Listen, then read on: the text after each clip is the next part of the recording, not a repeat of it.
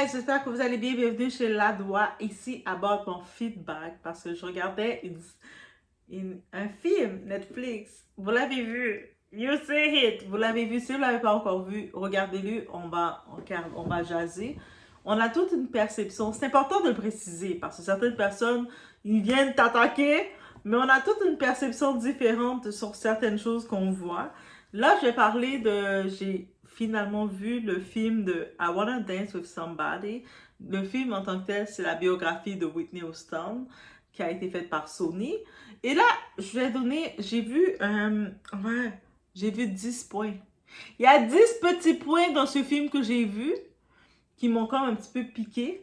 Ah, on va en jaser. Peut-être vous allez en voir d'autres ou peut-être vous allez rien voir. Ah, on a toute une façon de voir les choses. So, on y va. It's about everything. Et j'en profite de vous dire dans la description de la vidéo, vous pouvez vous commander vos lunettes, mettre vos prescriptions avec Firmo et avoir bénéficié de mon code de 50%. I say what I say. So, on y va sans perdre l'instant. It's about everything.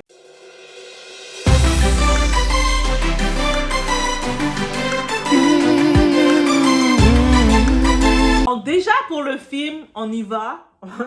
Ça a été produit par Sony Music, Sony Film et Clive Davis. Si vous voulez, vous n'êtes pas trop sûr, vous entendez Clive Davis, vous n'êtes pas trop sûr quand je fais Clive Davis, j'ai fait une vidéo pour parler de Clive Davis, le personnage. Là, on y va, c'est le film de Whitney Houston. Il y a des points. Le premier point que j'ai remarqué, que je n'étais pas au courant concernant Whitney Houston, et dans le film, ils ont vraiment mis en valeur sa relation queer, donc sa relation avec sa meilleure amie qui est LGBTQ, qui est Robin Crawford. Donc, dans ce film-là, ils ont vraiment mis en valeur cette relation-là. Ils ont même tellement mis en valeur que les parents de Whitney Houston, que ce soit sa mère ou son père, ils étaient comme... Vous êtes trop proche, vous êtes trop proche. Il y avait vraiment une certaine pression. Ils ont donné une scène complète où ce qu'on voyait Robin Crawford faire une scène de jalousie quand elle a compris que Whitney avait eu une aventure avec Jermaine Jackson. Jermaine Jackson, dans son époque, il était un playboy. C'était un playboy, ok? Il y a une vidéo qui s'en vient sur le Jackson. J'ai pas oublié ma série. Mais Jermaine Jackson, c'est un playboy. Mais Whitney Houston était tombée dans son charme. On peut imaginer. Le premier point. Le deuxième point, la toxicité de sa famille. La famille de Whitney Houston, dans le film, comment je l'ai perçue, j'ai senti que c'est une famille d'affamés. Ah oui, le terme affamé. Vous savez, le genre de famille, Whitney Houston, c'est celle qui a du talent, qui a de l'argent, et toute sa famille dépend d'elle pour vivre, que ce soit ses frères, son père, sa mère, sa grand-mère, son arrière-grand-mère, sa mère, sa tante qui était dans le village. Bref, on sentait que la famille de Whitney Houston, c'était des affamés et la pression qu'elle avait de devoir les faire vivre. Il y avait même, dans le film, ils ont mis qu'elle faisait une entrevue où ce qu'elle disait que sa famille, il disait, ah, comment ça se fait que c'est toi la tête de ta famille. Mais bref, ils ont vraiment mis ça en avant. Troisième point. La dépendance flagrante aux produits avant d'être signé. Donc, ils ont vraiment mis en compte de laisser savoir que Whitney, tu sais, on sait qu'elle a souffert de dépendance aux produits. Vous savez, les produits. Vous savez, mais ils ont vraiment mis en compte d'exprimer que même quand elle était à l'église, parce que Whitney, on a dit elle chantait dans les chorales chrétiennes, Jesus, I love you. Mais ils ont laissé entendre que même depuis dans l'église, elle avait des dépendances aux produits. Et ça, c'est à cause que ses parents, ils étaient toxiques. Ils se chicanaient tout le temps. Elle était perdue. Ah, bref. Ils ont mis ça en avant. Le quatrième point, Clive Davis est présenté en mode guide très sage et même bienveillant. Dans le film, Clive Davis, avec Whitney, il est parfait. C'était un manager parfait, c'est un coach, c'est un papa. Il est tellement doux que quand tu sais le personnage qu'il est, Clive Davis, c'est le mentor de Didi en passant, guys. Quand tu regardes ça, Et en passant, quand Whitney était décédée, elle était en haut. Clive Davis, il n'a pas arrêté de faire la fête parce qu'il a dit, ah, on va s'amuser. Who cares who died? Whitney est morte? On s'en fout? Non, on va pas arrêter la fête pour elle, là. Ça, c'est Clive Davis. Mais bref, dans le film, on laisse entendre comment il était bienveillant, il était toujours là pour l'écouter, c'était un ange. En même temps, le film a été fait par Clive Davis. Est-ce qu'on peut s'attendre à quelque chose de plus? Moi, j'ai senti ça, déjà, j'étais piquée. Donc, le 5e point, le père de Whitney, John Russell Austin, on montre vraiment comment il a arnaqué. Donc, lui, là, il vit... Le père, c'est un homme d'affaires, il avait sa compagnie. Mais quand Whitney a été signé dans le label, parce que c'est lui qui a trouvé le contrat de Arista, qui a fait les démarches, son payeur, mais là, il l'a exploité, il l'a vendu. Quand on dit les enfants stars se font vendre par vos premiers ennemis quand vous réussissez, ce sont votre famille. Mais son père, c'était son ennemi. Il commandait des hélicoptères, il trompait sa mère, il faisait plein de choses bizarres, mais c'était son père. Ça, c'était son père. Un déchet. Oh. C'est voilà, c'est... Ça, c'est... J'ai regardé le film, guys. Je sais pas si c'était un déchet pour de vrai. En regardant le film, j'ai eu ce sentiment-là. OK? Donc, le 6e point. La pression de la religion sur ses parents, tu sais, surtout la mère de Whitney qui persistait sur la religion, tu dois agir comme ça, tu dois faire ci, tu parles trop à ton ami, c'est pas bon, qu'est-ce que les gens vont penser. Et je pense que ça, à cause de la religion, ils ont empêché Whitney d'être elle-même et c'est peut-être ça qui l'a mis dans l'engrenage de consommer des produits parce que sa famille, ils n'ont jamais fait confiance à Whitney d'être elle-même. Même sa mère qui est encore vivante, Cissy Houston. Cissy, you're a bad mom. T'es une mère méchante. Ok, ça, je regarde le film et je dis ça. Peut-être que le film ne dit pas autrement, mais actuellement, en regardant le film, j'ai aucune impression gentille à l'égard de la mère de Whitney Houston. 7e point. C'est que il y a un moment dans le film, on montre un peu comment Whitney a côtoyé Bobby Brown. Bobby, on sait qu'ils ont quelques années de différence entre les deux, mais c'est pas si important que ça, leur année de différence. Mais dans le film, on montre que c'est Whitney qui est venue charmer Bobby Brown. Bobby était assis tranquille, en mode cool. Vous savez, les petits zigotos qui sont assis comme ça. Ah, I'm Bobby. Yo, c'est comme ça qu'il est assis dans le film. C'est pas bon. Allez regarder le film et dites-moi si Bobby faisait pas ça. Yeah, I'm Bobby. Bobby faisait ça. Guys, c'est Bobby Brown qui faisait ça dans le film. Allez le voir, mettez sur pause, allez voir le film sur Netflix et dites-moi que Bobby, il a pas fait ça. Et puis là, tu vois Whitney qui était comme, qui venait vers lui. Hi, I'm Whitney. Et puis, bref, dans tout ça, dans le film, j'ai pas aimé trop. Mais en tant que tel, c'est sûrement la réalité, c'est comme ça s'est fait. Mais c'est Whitney qui est venue, qui a choisi Bobby et qui a pris Bobby. En même temps, dans le film, on a montré la communauté noire, comment elle est toxique.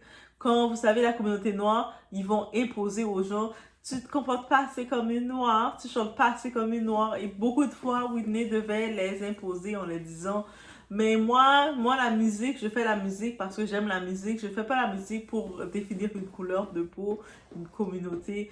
La musique, c'est mon art, c'est l'amour et bref. Mais la communauté noire, ils veulent tellement t'imposer que tu dois faire ça pour les faire plaisir.